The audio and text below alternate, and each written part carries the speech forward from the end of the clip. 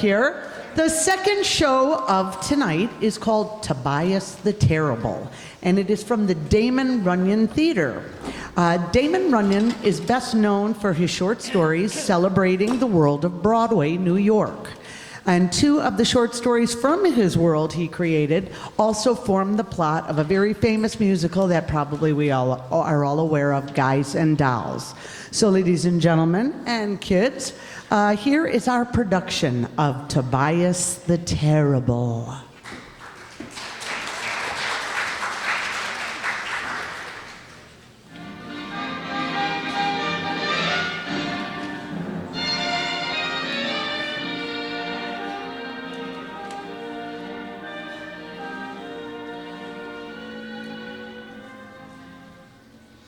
Everyone knows Broadway is in New York.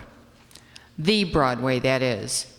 It has a dozen aliases, but whether it's called the Big Drag, the Gay White Way, or just the street, it means that bustling stretch of Midtown Manhattan that is at once garish or beautiful, hard-hearted or soft-hearted, cynical or naive, depending on how you look at it or feel about it. To some people, it can be all those things at the same time. One of those people was Damon Runyon. Damon Runyon, one of America's greatest storytellers, knew people and loved them. And because he did, people loved him. Damon Runyon told his stories through the eyes and mouths of a character who seems to have no name. We call him Broadway, because Broadway seems to be his only home, and he is satisfied with it and happy. He knows all the guys and dolls, and they know him. How Broadway makes a living is a mystery, and one we'd rather not solve. We accept him, and because we do, we accept his stories as truth. Anyway, here's Broadway. Thanks. One night I am sitting in Mindy's restaurant on Broadway, partaking heartily in some Hungarian goulash, which comes very nice in Mindy's, when in pops a guy who is a stranger to me and sits down at my table. In short, I do not know this guy, but it turns out later that we are all calling him Tobias the Terrible, and how that comes about is quite a story which I will tell in a minute.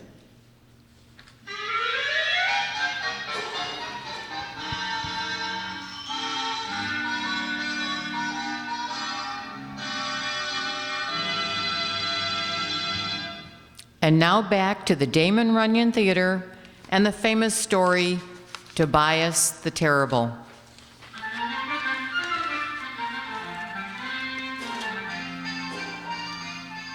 As I am saying, I am partaking of Mindy's Hungarian goulash when in pops a guy who was a stranger to me and sits down at my table. I do not pay any attention to the guy as I am busy looking over the next day's entries at Laurel, but I hear him tell the waiter to bring him some goulash too. By and by, I hear the guy making a strange noise. I look over my paper and I see that he is crying. He is a very little guy, maybe a shade over 5 feet tall and weighing, well, maybe as much as a dime's weight of liver, and he has pale blonde hair and a very sad look in his eyes. And from his looks, I can see that this guy does not belong in these parts. Well, I watch him cry for a spell, and naturally, I am very curious as to why he is crying. So I asked him, if you will pardon me, but why are you crying? Perhaps it is because you had a tough day at the tracks? No. You do not look like a horse player. I'm not. You do not look like a person from these parts. No, I'm not. Then if you are crying about the goulash, you better dry your tears before the chef sees you, because the chef is very sensitive and may take your tears as criticism. Oh, the goulash is wonderful. All right, you need not be so enthusiastic. It's just good. If I am bothering you, I will move away. No, you are not bothering me, but why you are crying is... Are you ever in love? I have never, and, barring a bad break, never expect to be. Well, if you were acquainted with Miss Deborah Weems, you wouldn't speak that way. I am not acquainted with Miss Deborah Weems, probably because I do not know her. We... With that, the little guy goes back to crying, and it touches my heart, because I am convinced he is leveling with the tears now. I have a naturally sympathetic heart for anybody, as long as it does not extend to a touch for a thin or even a less amount. So I get this little guy to tell me his name, which is Tobias Tweeny. Yeah. This is an odd name, but it belongs to an odd character, so I let it pass. He tells me the whole story, which is as follows. My home is in Erasmus, Pennsylvania. Do you know where that is? If it's not within a stone's throw from where we are, I do not. Well, I am in love with Deborah Weems, who was in love with me until she changed her mind. On what occasion is this chill? What? Well, why is she not in love with you anymore? She thinks I'm not tough enough. Why does she not see this at first? You do not look like you are ever dangerous. Oh, I'm not. That's the trouble, Mr. You may call me Broadway. Well, Mr. Broadway, Deborah goes to the movies, and she has seen tough guys, and she has made up her mind that they are her ideals. Uh-huh.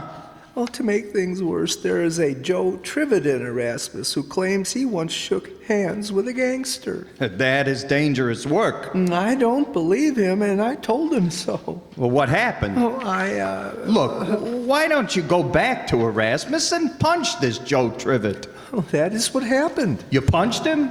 No. No? Well, the reason I don't is because he has the idea first and punched me. Oh, that is when Deborah called off our wedding. She called me a rabbit. Personally, I can see that this Miss Deborah Weems has got a point, but I do not mention it to Tobias. I wait for him to stop crying, and then he goes on as follows. Oh, so I left town. I drew out $200 from the Erasmus Bank and came here. Well, why?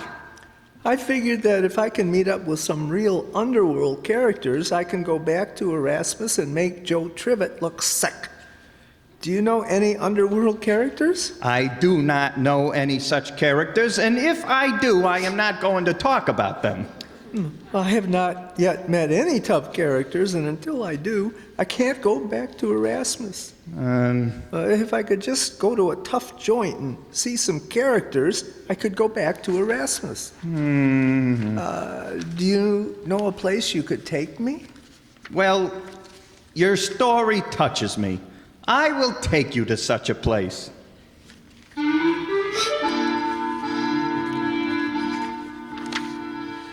Well, a couple of minutes later, Tobias Tweeny and I are in a taxi cab going up Broadway. Tobias is all eyes, which makes him look like quite a large rabbit by now. He turns to me and says as follows. Oh, golly, Mr. Broadway, this is nice of you. If I hadn't met you, I wouldn't never meet any underworld characters. Yeah, look, Tobias, if I say, well, if we should run into some citizens who are, well, not exactly your idea of a Boy Scout, I want you should not mention it. You mean they might kill us? Well, I am crossing my fingers against that should happen. Oh, gee, look at the lights. Do you not have lights in Erasmus? We turn them out at 10 o'clock. Well, how does one find one's way around the town? It's not a very large town. It's not large enough for me and Joe Trivet. I see. Maybe you will point out some of the sights for me as we go along. I see most of them by day, but I do not recognize them. Tobias, you have nothing on me. I don't recognize him in the day either. Gee, I can hardly wait until I tell Deborah that I am out with a character.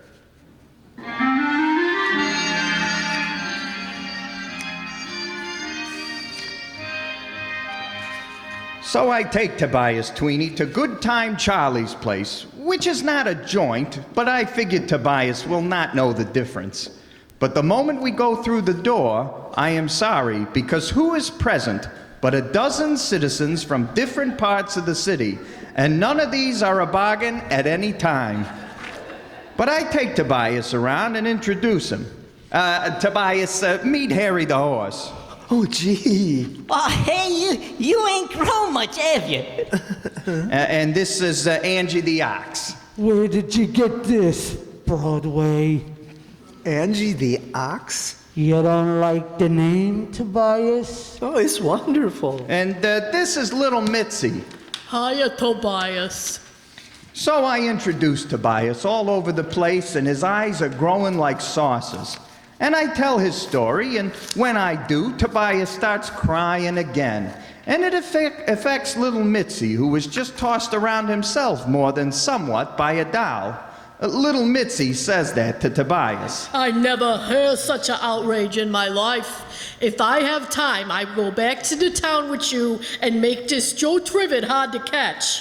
Furthermore, I will give this Deborah Weems a piece of my mind. Say, Broadway, Yeah, Angie? you say you bring him here to meet some underworld characters. Well, yes, that is what I say. Are you expecting to find him here? Well, And I wonder if we can get in touch with anyone who knows such characters and can arrange to have Mr. Tweeny meet him. Although personally, I loathe and despise characters of this nature. Hey, you guys, we gotta talk over here. now all this is very odd, especially since little Mitzi himself is a character who the police dislike intensely. In fact, so much so that they are willing to give him a vacation on citizens' money. It is likewise with Harry the horse, Angie the ox, and the others, but I say nothing, which is very smart. Not only now, but at any time. Anyway, they are talking this over, and while they are, I see that Tobias Tweeny is asleep. It being after 3 a.m. in the morning, he is done in. He is still asleep in a chair when Good Time Charlie comes hurrying in, and Hey, you guys! Harrigan's outside! Harrigan? Harrigan. I believe that is his name, and he is still a lieutenant in the police force, and he's in the companies with others of his ilk. Oh, gee, I'm carrying a rod. And I'm carrying a rod, which is awkward because he will be tough on anybody who owes the state some time, and I seem to remember owing some. The police are back and front. Can you hold them off, Charlie? I will stall them, Mitzi, but Harrigan is a very determined man. You will stall until we can get rid of our guns. All right? But you will please make it very fast, or Lieutenant Harrigan will take nothing to come through the door without opening it first. You will make it snappy, boys. I am uncomfortable, naturally, but the rest are even more so, especially since being caught with a Roscoe means large portions of grief. But there is no place to chuck the irons, there being an even dozen of said weapons. And then Angie looks up and points to Tobias and says, Him! The Tobias character! Hey, what about him, Angie? Harry, now I ask you, does he look like a hardened criminal? It looks like nothing. But I do not see the reasons for this discussion at the present time. Look, we put our guns on him. Angie, you are a genius. Mitzi, I thank you. All right, load him up with the rods. I put my rod in his pocket. I'll put my rod in his waistband. well, the guys get guns on Tobias, who is so sleepy he just mumbles as they duck the irons on his frame and in his clothes. When they finish, Angie looks at him and says, There. Harrigan will never find them. Hey, who would think of looking for a gun on him? Shh, listen. That, I believe, is Harrigan and his gendarmes. But we will sit down and play innocent. Well, well, well. Good morning, boys. What a nice gathering we have here. What, if I may be so bold, brings you out on such a night, Lieutenant Harrigan? I am restless at night, Harry, and I am looking for companion. Who's that? That is a friend of mine, Lieutenant Harrigan.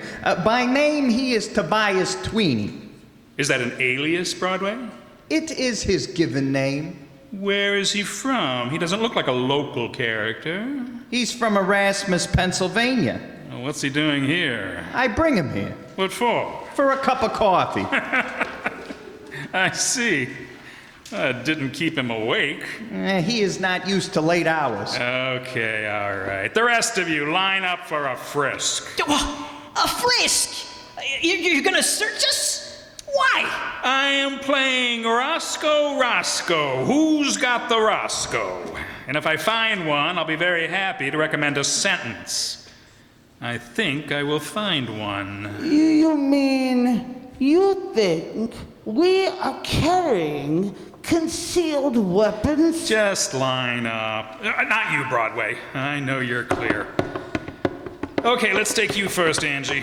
Hold them high, way up like a good boy. Anything to oblige, Lieutenant. Yeah, the rest of you, face the wall and keep your noses against it. Well, how is that, Lieutenant? Well, you're clean, but I don't get it. All right, Harry, you're next. Hold them higher. Hey, I'm kind of troubled with a sore shoulder, which prevents me from obliging you to the limit of my... I'll skip it. You unable to find anything, Lieutenant?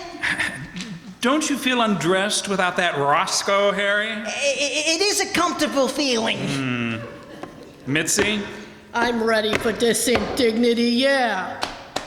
You are a very suspicious man, Lieutenant Harrigan. You should learn to trust your fellow man. My fellow men, I do trust. You're not in that class. Okay, you're clear. That I could have informed you of before proceedings began. I don't like the smell of this. Well, you could leave. All right, shut up.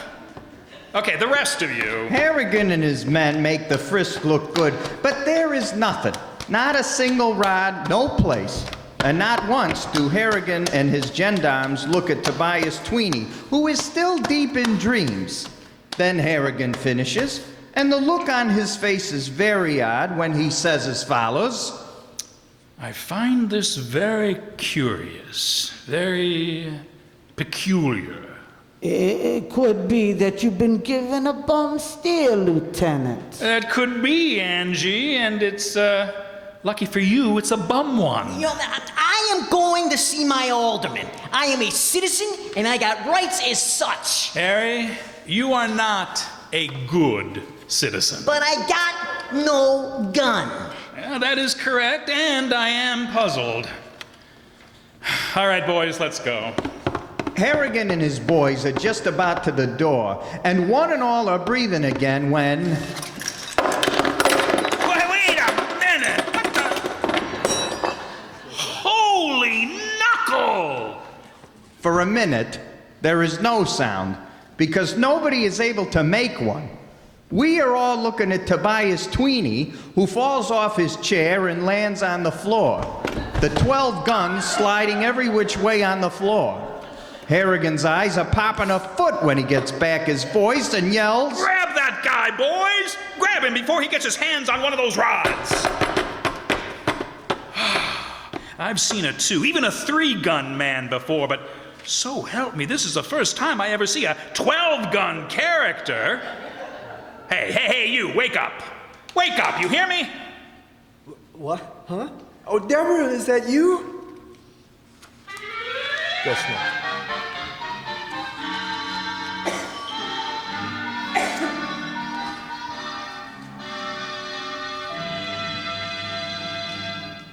And now back to the second act of the Damon Runyon Theater and our story, Tobias the Terrible.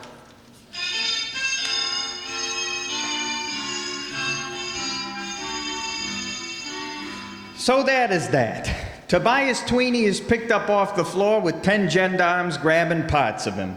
The next day, the newspapers are full of the capture of a guy they call 12-Gun Tweeny.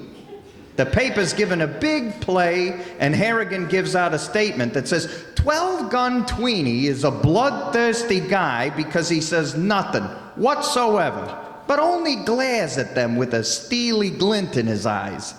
Although, of course, the reason Tobias stares at him is because he is too dumbfounded to think of anything to say. Well, I naturally expect that when Tobias figures this out, he will spill the whole business. And all the parties who are in Good Time Charlie's when he is arrested think the same way and go into retirement for a time.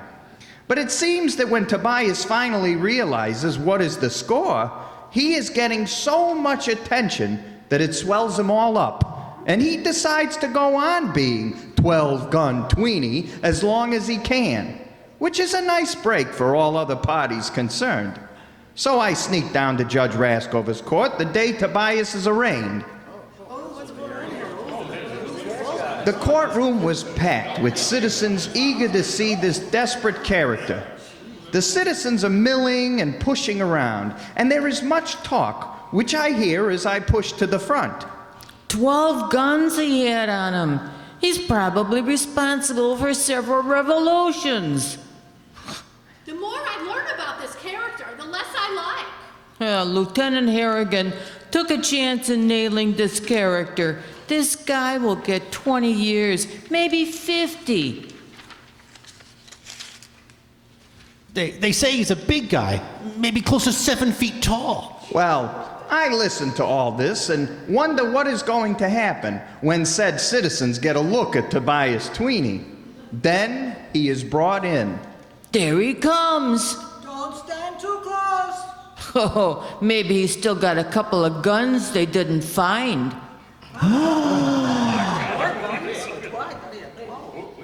A dead hush falls when they see Tobias. Tobias is smaller than usual. He is some heads under the shortest citizen in the courtroom, and his rabbit face is quivering, but he stands there as proceedings go on as follows. You will rise. In comes Judge Raskover, who takes his place on the bench. Good morning. The judge adjusts his glasses and looks down and says, Where is the prisoner? This is Tobias Tweeny, Your Honor. Where, Lieutenant Harrigan? Here, Your Honor. That is your prisoner? Yes, Your Honor. Just a moment. I think my glasses are steamed up. And now, did you bring in the right prisoner? This is Tobias Tweeny, Your Honor. You mean to tell this court that this half portion is the desperate 12-Gun Tweeny? Yes, sir. Mr. Tweeny, are you Tobias Tweeny? I am 12-Gun Tweeny. Just a moment. Lieutenant Harrigan, come up here. Yes, Your Honor. Are you sure you found 12 guns on this, man? I did, sir. Are the guns in this courtroom? On the table, Your Honor. Good. I wish to see just how he was carrying them. Please put them on him. Yes, Your Honor. Mulligan, Schwartz, give me a hand. well, Harrigan and his boys puts the guns on him. In his side pockets, one in each hip pocket, one in his waistband, one in each pants pocket, and so forth, until finally Harrigan says to the judge, That's it, Your Honor. Mr. Tweeny, Yes, Your Honor? a step closer to the bench. I wish to see for myself just what kind of a villain you are. Well, go on, Tweeny, step up. Tweeny, His Honor said step up. Why would I do that? well, we stand there and watch Tweeny. He does not move. It is like he is rooted to the spot. And I figured that now he is scared and wishes he is back in Erasmus. And then, while we watch, he takes a step. And it is like he is pulling his foot out of a puddle of tar. And then... Order! Order in the court! Order! Now I see what happens. Tobias does not fall off the chair in Good Time Charlie's place. He is just naturally top-heavy from all the guns. And it is the same here. He is not able to walk under the load, and he topples forward on his face. While everybody is trying to get a look, a young doll rushes out of the crowd, and the scene is as follows. Tobias! Tobias, my darling! Deborah? Toby, darling, I love you. I did not realize this until we saw the New York papers in Erasmus. Deborah, you love me? Oh, Toby, you are wonderful. Kiss me, Toby. Order! There will be order in this court, or I will clear it. Young lady, who are you? I am his sweetheart. I love him. So I see. You may sentence him to prison, but I will be waiting for him when he gets out, even though it may be 6 months. Quiet! Quiet, please. You live in Erasmus, young lady? All my life. And, Mr. Tweeny, have you known him all your life? Since we were children. Mr. Tweeny, Yes, Your Honor. how long have you been in New York? 4 days. 4 days? All this trouble in only 4 days? Yes, sir. A young lady, what does Mr. Tweeny do for a living in Erasmus? He is a very good shoe salesman. Quiet! Order in the court. I see. Mr. Tweeny, young lady, I should like to see both of you in my chambers immediately. And Lieutenant Harrigan, Yes, sir, Your Honor. it would be very nice if you came along. We can discuss the case of 12-gun Tweeny at some length. Yes, sir. Court's adjourned.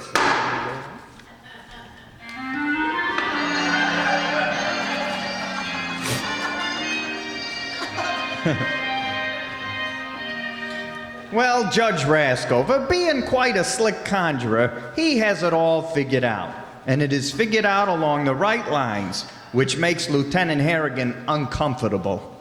And also some other characters, whose names you know, they are forced to stay undercover.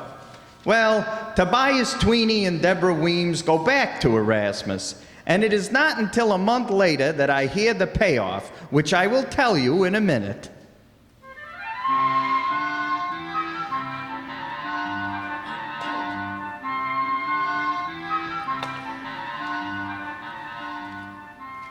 Well, the payoff comes one night when I am sitting in Mindy's partaking of a light snack, and Harry the horse and little Mitzi come in and sit alongside me, which makes me uncomfortable. Horse looks at me for a minute and then speaks as follows. Hello, Broadway. Hello, Harry. Hello, Broadway. Hello, little Mitzi. Broadway, we ought to be mad at you. Harry is right, Broadway. Very mad. Why? It's like this. You bring that Tobias Tweeny around, and we are all in trouble when the thing is over. It is not me who puts the guns on him. No, but we are not mad at you. I am happy about that, Mitzi. You see, Broadway, we were at Good Time Charlie's that night having a peace meeting with Angie the Ox and his boys. And we learned something very interesting. Yeah. Well, such as what? Such as the fact that Angie the Ox and his boys are carrying guns, which we agree not to carry, right? Since this is a peacemaking. Yes. I see, but your guns... That is besides the point. Yes. Broadway, we now know who our friends are. It seems we cannot trust Angie the Ox and his boys. Also, we are very mad at Tobias Tweeny, who is your friend. I renounce him as such, starting now. He is an ingrate. We make it possible for him to marry this doll Deborah, which he does. We make it possible for him to have such a tough reputation that he is elected constable of Erasmus. We make it possible for him as constable to run Joe Trivet from the town. So, we think maybe we are able to hide out in Erasmus until this thing blows over, but he is an ingrate. We go to see him, and you know what happens? No, I do not know. What? He fines us $50 apiece for carrying concealed weapons.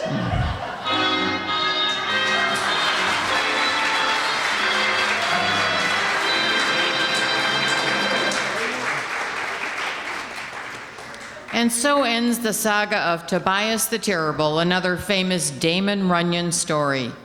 Listen again next week for the Damon Runyon Theater.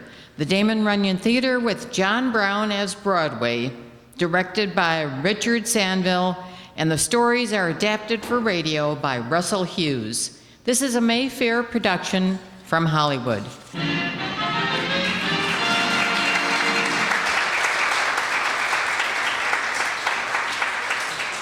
And now for tonight's cast.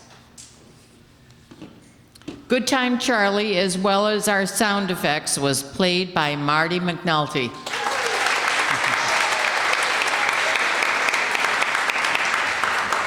Lieutenant Harrigan was played by Mark Fazio. Deborah Weems was played by Donna Amesmeyer. Judge Raskover was played by Andre Dixon. Courtroom attendees were played by Ellie Babka and myself, as well as your narrator, Kathy Juarez. Mitzi was played by Corey Michek. Angie the Ox was Allison Bihun. Harry the Horse was Brad Zuro. Tobias Tweeny, also known as Tobias the Terrible, was Jay Summerfield. And Broadway was Jacob Palka. Here's some closing remarks. Thank you so much, everybody, for coming. I'm going to tell John that his shows went over very well tonight.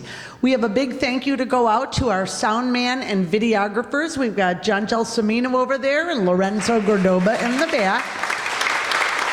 Andre Dixon up here not only is one of our fabulous voice actors, but he also runs our YouTube page. And he shares our stories throughout the world. And we do get views from all over the world. So thank you, Andre. Not only are we on YouTube, but you could also follow us on Twitter and Facebook, and that gets a big thank you to Marty McNulty, who runs those pages for us. And he's also the greatest sound guy on the planet. I love his, when he falls, he goes above and beyond. And a big shout out and thank you goes to the Riverside Township Supervisor, Vera Wilt, and the board for giving us this opportunity to bring old time radio to the stage of the town hall. Okay, next month, for the month of April, Kathy will be our director, and we'll let her just come up real quick. I'll give you a little synopsis of what she's doing and the dates. Thank you again for coming. Snow tomorrow. So next show, let's have it warm and beautiful and wonderful. So Kathy, go ahead, and thank you again for coming. Well, April is about to come and spring, fingers crossed, is about to break. And we'll be bringing you a couple of adventures, Great Gildersleeve, and Jack Benny. Jack Benny, who always counted every penny, supposedly. But we hope we all see you again next month. Remember, the price is right, and we love to have an audience. So please be safe going home, and thank you very much for coming tonight.